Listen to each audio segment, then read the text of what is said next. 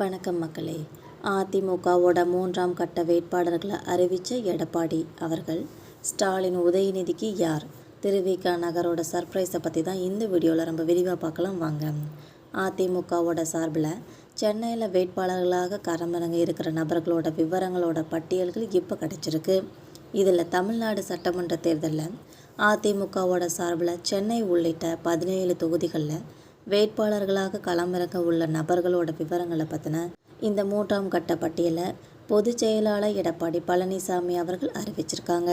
அதன்படி பார்த்தா 1000 விளக்கு ஏரியாவில் வளர்மதி அவர்களும், அண்ணா நகரில் Gokula Indira, Chepauk Thiruvallikeni Aadhi Rajaram, Thuraimugam Royapuram Mano, Virugambakkam Virugai VN Ravi, Thyagaraja Nagar T Nagar Sathya, Velachery Ashok, RK Nagar Rajesh, Villivakkam SR Vijayakumar, Kolathur Santhana Krishnan, Thiruvika Nagar Porkodi Armstrong, Egmore Abhishek Rangasamy, Tittakudi Murugumaran, Tiruchuli MSR Rajavarman, Alandur S Saravanan, Alangudi Vimal.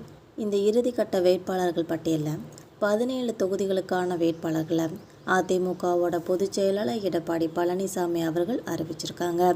வேட்பு மனு தாக்கல் தொடங்க இருக்கிற இந்த நிலையில் முதற்கட்டமாக 23 வேட்பாளர்கள் பெயரை இந்த வார தொடக்கத்திலே எடப்பாடி பழனிசாமி அவர்கள் அறிவிச்சிருக்காங்க என்பது குறிப்பிடத்தக்கது.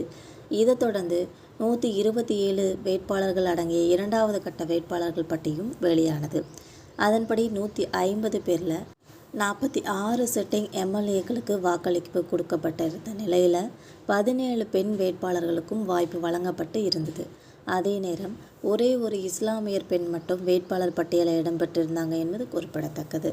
இந்த நிலையில் கடைசியாக மீதமிருந்த சென்னை மாவட்டத்தோட 12 தொகுதிகள் உள்பட 17 தொகுதிகளுக்கான வேட்பாளர்களையும் அதிமுக அவர்கள் அறிவிச்சிருக்காங்க. ஏற்கனவே வெளியாகியிருந்த தகவல்களின்படி திருவிக நகரில் பொற்கொடி வேட்பாளராக அறிவிக்கப்பட்டிருக்காங்க. 2024ஆம் ஆண்டு படுகொலை செய்யப்பட்ட பகுஜன் சமாஜ் அவங்க கட்சி மாநில தலைவரான ஆம்ஸ்ட்ராங்கோட மனைவியே பொற்கொடி என்பது குறிப்பிடத்தக்கது. இவங்க இப்போ அதிமுகவோட இரட்டை இலை சின்னத்திலேயே திருவிக நகரில் களமிறங்க இருக்கிறாங்க. இதன் மூலம் கடந்த முறை சென்னையில் ஒரு தொகுதியை கூட கைப்பற்றலைங்கிற மோசமான நிலையை மாற்றுறதுக்கு அதிமுகவோட முகுந்த் அவர்கள் ரொம்ப ஆர்வம் காட்டுறதா தெரிய வருது. முதலமைச்சரோட கொளத்தூர் தொகுதியில் அதிமுகவோட புரட்சி தலைவி பேரவை துணை செயலாளராக இருந்த P சந்தான கிருஷ்ணன் வேட்பாளராக களமிறக்கப்பட்டிருக்காங்க.